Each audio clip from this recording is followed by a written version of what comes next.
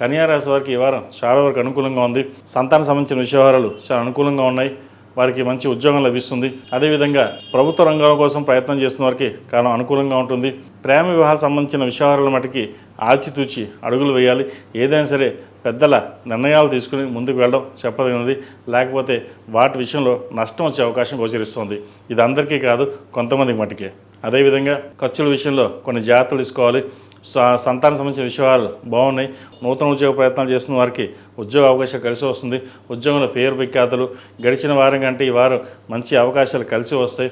Software రంగంలో ఉన్న వారికి, రియల్ ఎస్టేట్ రంగంలో ఉన్న వారికి కాలం అనుకూలంగా ఉంటుంది. సినీ కళా రంగాల వారికి అనుకూలంగా ఉంది. Beautician, technicians, cosmetics, gynaecology, oncology ఈ రంగాల వారికి మంచి అనుకూలమైన పరిస్థితులు గోచరిస్తోంది. వ్యయాధిపతి అయిన రవి అష్టమంలో ఉన్నారు. దూర ప్రాంత ప్రయాణాలు కావచ్చు, సెల్ఫ్ డ్రైవింగ్ విషయంలో కొన్ని జాగ్రత్తలు తప్పనిసరిగా తీసుకోవాలి. పెద్దల ఆరోగ్యం పట్ల కొన్ని జాగ్రత్తలు తీసుకోవడం చెప్పదగినది. భాగ్యంలో శుక్రుడు మీకు బలంగా ఉన్నారు. విధికి సంబంధించిన వ్యవహారాలు, బంగారు ఆభరణ సంబంధించిన వ్యవహారాలు, అలంకార సంబంధించిన వ్యవహారాలు, జ్యువెలరీ ఈ రంగాల వారికి మంచి అవకాశం కలిసి వస్తుంది. చక్కగా అమ్మవారి దర్శనం చేసుకోవడం, శుక్రవారం నాడు అమ్మవారికి కుంకుమార్చన చేసుకున్నట్టయితే మంచి భవిష్యత్తు ఉంటుంది. ఫైనాన్స్ పరంగా ఏవైనా ఇబ్బందులు ఉంటే అవి తొలగిపోయి చక్కగా మంచి ఫలితాలు కలిసి వస్తాయి.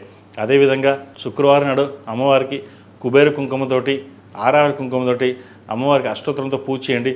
మంచి ఫలితాలు సంప్రాప్తిస్తాయి. అదేవిధంగా వివాహ ప్రయత్నం చేస్తున్న వారికి, పునర్వివాహ ప్రయత్నం చేసిన వారికి మంచి సంబంధం కుదురుతుంది. సంబంధ విషయంలో జాతక విశ్లేషణ చేసుకుని ముందుకు వెళ్ళండి. మంచి ఫలితాలు సంప్రాప్తిస్తాయి. నూతన విద్యా అవకాశాలు కలిసి వస్తుంది. పరీక్షలు దగ్గర పడుతున్నాయి.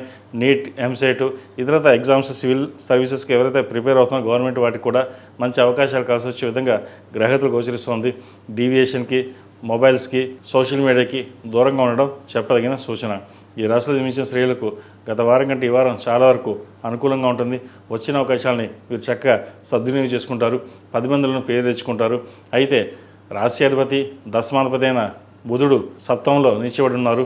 ఏదైనా మాట మాట్లాడేటప్పుడు తప్పు పోకుండా, పొల్లు పోకుండా మాట్లాడడం, లేదంటే మన మాట్లాడిన మాటకి బక్రించే విధంగా గ్రహతులు గోచరిస్తుంది.